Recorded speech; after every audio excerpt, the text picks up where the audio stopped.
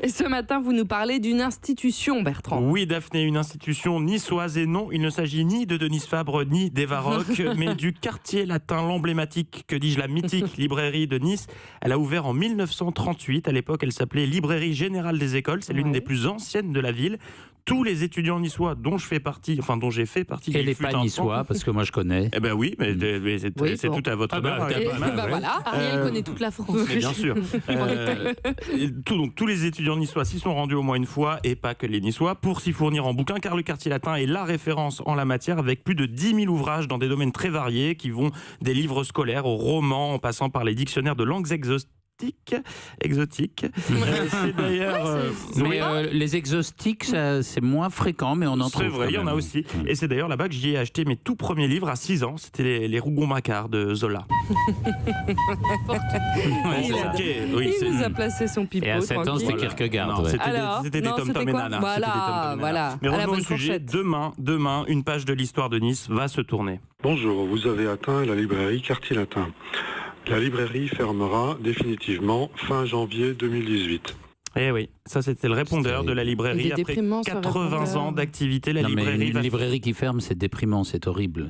Racontez-nous. La librairie va fermer définitivement demain. Son gérant, Daniel, un véritable passionné, part à la retraite après 10 années passées à la tête de l'institution niçoise, et malheureusement, personne ne va prendre sa suite. Mais il n'y avait pas de repreneur ? Le pire dans tout ça, c'est qu'il y avait des candidats pour succéder à Daniel, mais ça n'a pas pu se faire. Et c'est avec une certaine amertume que Daniel a expliqué la situation dans une lettre qu'il a postée sur Facebook. Sa seule prise de parole officielle d'ailleurs. Il explique qu'aucune banque n'a voulu accompagner les repreneurs. Daniel s'insurge également du fait que le bailleur, qui se trouve être un EHPAD, a doublé le loyer sans vouloir autoriser la moindre extension d'activité.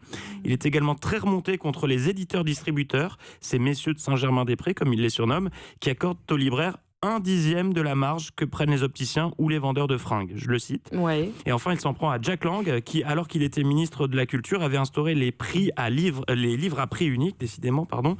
Et pour finir, Daniel déplore les salaires très bas des libraires, des salaires pour lesquels aucun de vous, chers amis clients, n'accepterait de faire ce boulot, même si vous vous échinez à nous expliquer, chers innocents, que c'est le plus beau métier du monde. C'est triste, tout ça. Oui, c'est compliqué. Il y en a beaucoup qui ferment dans les petits...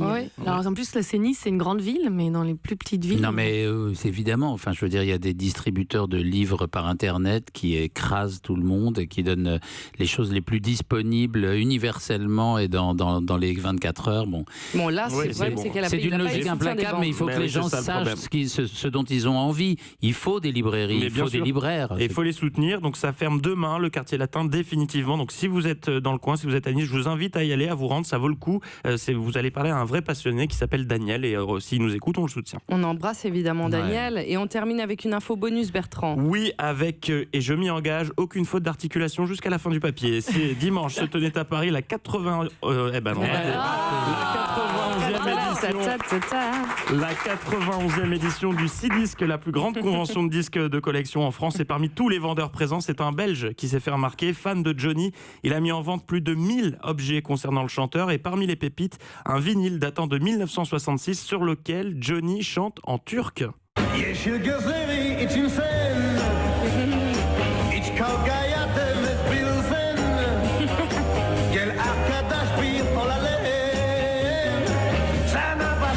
Très rare, était vendue 8 000 €. On ne sait toujours pas si elle a trouvé un acheteur, mais je vous tiendrai au courant. Merci beaucoup, Bertrand Chameroy.